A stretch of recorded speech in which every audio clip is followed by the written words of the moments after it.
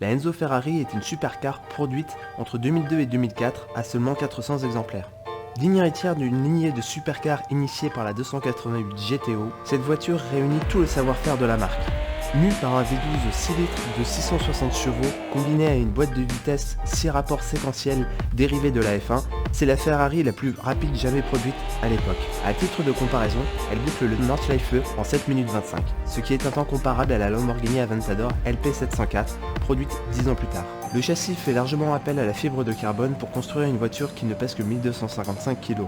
Conçue pour la piste, cette voiture ne possède ni radio, ni vitre électrique, ni climatisation. D'ailleurs, il évoque fortement le caractère sans compromis de la F40.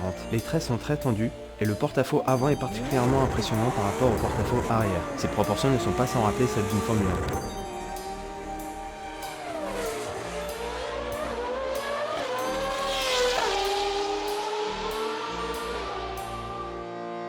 1. Bonjour les pilotes, aujourd'hui on est à Fiorano avec la Ferrari Enzo. Moi c'est une voiture que j'adore. Déjà moteur central, fibre de carbone un peu partout, donc poids ultra contenu. Moteur atmosphérique, donc forcément comportement particulièrement linéaire, particulièrement prévisible. Et moi c'est typiquement le genre de voiture que j'adore, ça se conduit un petit peu comme un kart. En l'occurrence, vraiment le comportement est hyper sain, c'est hyper précis au niveau notamment de la direction. Même quand ça part en travers, ça se contrôle un peu tout seul. Alors évidemment, c'est le genre de voiture, si on veut commencer à s'amuser un minimum, et bien évidemment, il faut désactiver les aides, ce que je vais commencer par faire, notamment le contrôle de stabilité. Je déteste ça, j'ai l'impression qu'on est deux à conduire la voiture. Donc ça, clairement, faut le virer. Contrôle de motricité,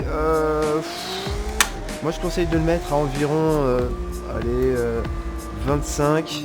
Entre 20 et 30. Entre 20 et 30, ça permet déjà d'avoir une voiture qui accepte de jouer un petit peu, mais qui n'est pas non plus trop baladeuse.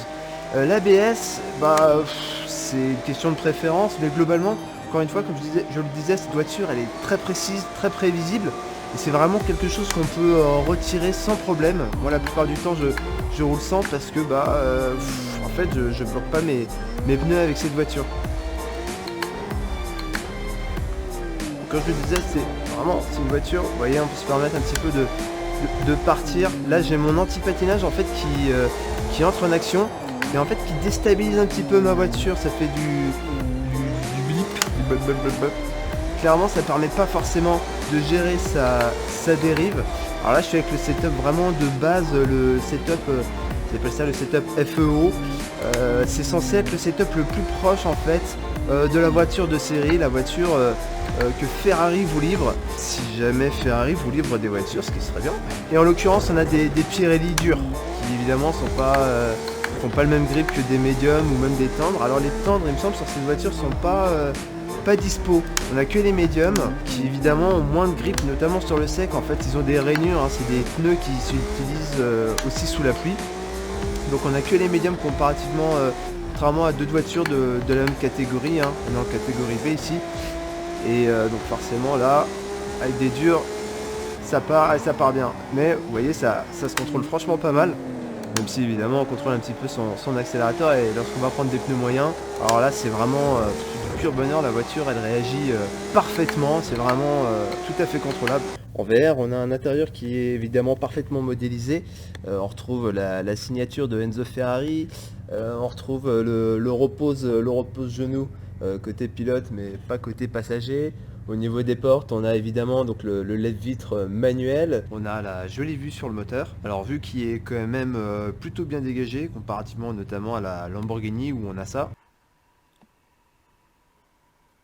On a évidemment les compteurs avec le magnifique schéma de l'Enzo vu de haut selon Ferrari. Voilà, donc ça c'est l'Enzo vu par Ferrari ou par un enfant de 5 ans, je ne sais pas. Alors on a ici évidemment les compteurs. Moi j'adore ce type de compteur, je trouve qu'en fait c'est vraiment ce qui est de plus classe. J'avoue que les compteurs modernes avec des espèces de barres de chargement, c'est pas trop mon truc. On retrouve les boutons clignotants sur le volant, le bouton marche arrière, tout ça. Comme je le disais, c'est une voiture qui est très bien équilibrée, facile à conduire. Par contre, ce qui est assez étrange, c'est le réglage de son différentiel. On a 3 setups proposés, le lâche, le stable et le FEO. Et à chaque fois, on a 3 combinaisons de différentiels différentes. Par conséquent, j'ai passé beaucoup de temps à essayer de le régler, notamment pour lutter contre le fait que, notamment à basse vitesse, la voiture, dès qu'on a un petit filet de gaz, elle s'ouvre. Et en même temps, dès qu'on lâche l'accélérateur, elle pivote sur elle-même. Vous allez voir là sur le virage, le prochain, si j'accélère, ça va tout droit. Si je lâche, ça décroche. Vous allez voir ça. Donc là, j'accélère, je vais tout droit. Et voilà, si je lâche, ma voiture se met à pivoter sur elle-même. Et alors du coup, j'ai pas mal travaillé la chose. Et en fait, il apparaît qu'il y a plusieurs réglages à prendre en compte. Mais globalement, on ne supprimera jamais voilà, ce côté sous-vireur, notamment à basse vitesse. Alors ça fait que du coup, moi, ce que je fais assez souvent, voilà, c'est que je fais partir la voiture en dérive. Ou alors je m'appuie un petit peu sur le frein, pareil, pour faire décrocher la voiture. Ou alors carrément, je lâche l'accélérateur pour tourner.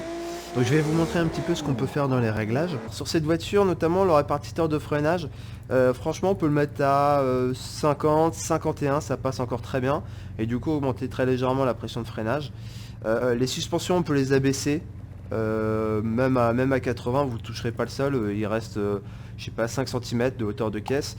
Amortisseur, donc ça c'est toujours dangereux d'y toucher, on n'y touche pas.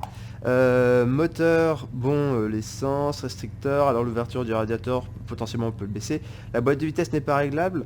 Alors ici le contrôle de motricité, comme dit, à partir de 20% on commence à être en fin de mètre de sa voiture et ça m'arrive d'aller jusqu'à 50% quand vraiment je veux être totalement maître du véhicule, même si évidemment derrière faut gérer.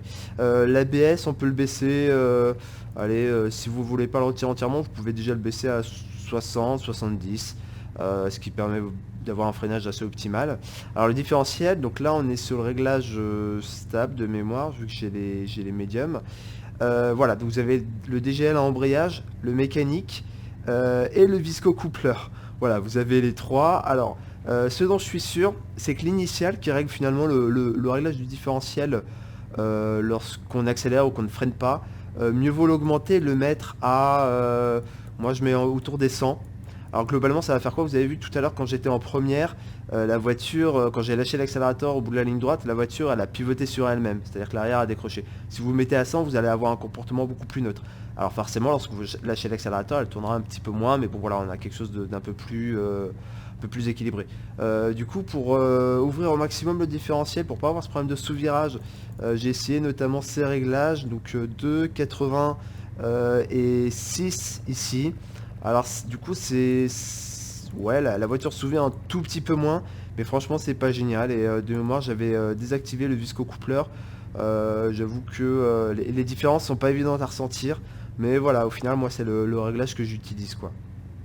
Voilà, et du coup si on part sur ces réglages, hop, donc ici on est à 51, le moteur, contrôle de motricité, disons qu'on part sur 35 et on va voir un petit peu comment la voiture va se comporter. Ok, je vais sauvegarder ça ailleurs. Alors évidemment un nom très pertinent ce serait ça, voilà, c'est parti. Et hop, c'est parti, c'est en piste. Voilà, donc là on devra avoir un freinage assez stable en ligne droite, même si peut-être un peu moins stable que tout à l'heure. Et normalement si on met un petit filet de frein en virage, on devra avoir l'arrière qui veut se faire la malle. On va voir ça tout de suite. Voilà, là j'ai l'arrière qui commence un petit peu à pivoter. Et ça, bon, ça peut aider un petit peu. Alors évidemment, c'est relativement dangereux. Là, vous voyez, ma voiture, hop, je peux la faire accélérer tout en tournant, ce qui est assez pratique. Là, pareil, hop. Alors peut-être pas trop en abuser, mais vous voyez, là, on commence à avoir un truc assez péchu, quoi. Encore une fois, forcément, il y a plus de chances de se planter, quoi. Mais c'est vrai que... c'est tout de suite plus joueur et en fait vu que le châssis est très sain sur cette voiture on peut se permettre ce type de réglage. Alors moi là j'ai un volant type F1 donc je braque pas assez. Voilà, donc ce que je fais, vu que je peux pas lâcher les mains, je fais partir, je mets un petit filet de gaz, ça part tout de suite en patinage et tout de suite j'ai ma voiture voilà, qui dérive. Alors encore une fois faut réussir à le contrôler, c'est pas évident hein, mais ça rend la voiture clairement plus efficace. Voilà, je tenais vraiment à vous présenter cette voiture. Moi, c'est vraiment une voiture que j'adore. Encore une fois, voilà, un châssis hyper sain, c'est un vrai kart. Je voulais vous montrer aussi quel réglage un petit peu on peut faire sur cette voiture. Alors, comme dit, c'est assez subtil, hein, vous voyez le différentiel, on va pas se mentir, c'est le bazar. Mais voilà, on peut faire quand même quelques petites choses pour rendre cette voiture hyper efficace. J'ai fait un chrono sur ce circuit, pour le moment j'ai le meilleur. Je vous mets la vidéo commentée ici, je vous invite à la regarder, puis à essayer de me battre. Et à me dire un petit peu comment vous avez fait pour aller plus vite. Alors mon chrono est vraiment pas fou, j'ai fait pas mal d'erreurs et vous aurez à mon avis pas grand mal à aller plus vite. Pensez à vous abonner, il suffit de cliquer là. Moi je vous prépare encore plein de superbes vidéos et je vous dis à bientôt.